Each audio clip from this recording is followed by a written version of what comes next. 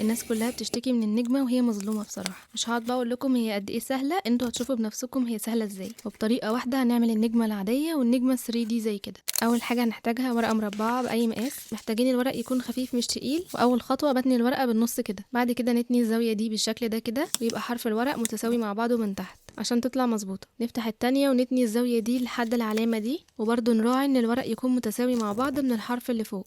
نفتح التانية، شايفين بقى النقطة اللي اتقابل فيها التنايات؟ نتني الزاوية دي لحد النقطة دي بالظبط، ونفس الزاوية دي هنتنيها لورا كده. بعدين نجيب الجنب التاني ده نتنيه بالشكل ده كده زي المثلث، فده هيبقى شكل الورقة. بنتنيها على بعض كده وبس كده، ناقص ان احنا نقصها بس. شايفين بقى الحرف ده في جنب قصير وجنب طويل، فاحنا هنحط المسطرة كده تبقى مايلة شوية من عند الجنب القصير، ومن الناحية التانية واصلة لحد الجنب الطويل. بعدين نقصها بالقطر، وضروري تستخدموا القطر مش المقص، لان زي ما انتوا شايفين هي مجموعة طبقات من الورق، فالمقص مش بيطلعها مظبوطة. بعد ما نقصها بقى هنبدأ نفردها واحدة واحدة.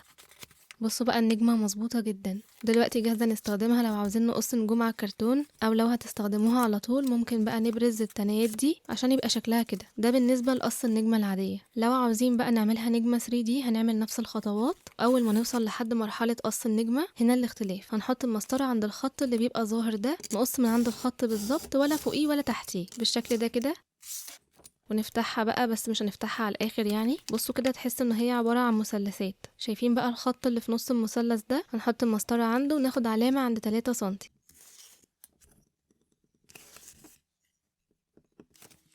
بعدين نقص لحد العلامة دي. نفتح الورقة عشان نعرف نقص الناحية دي، وبس كده تطلع معاكم بالشكل ده. نقلب الورقة ونبدأ نتني الأطراف لحد التانية اللي في النص.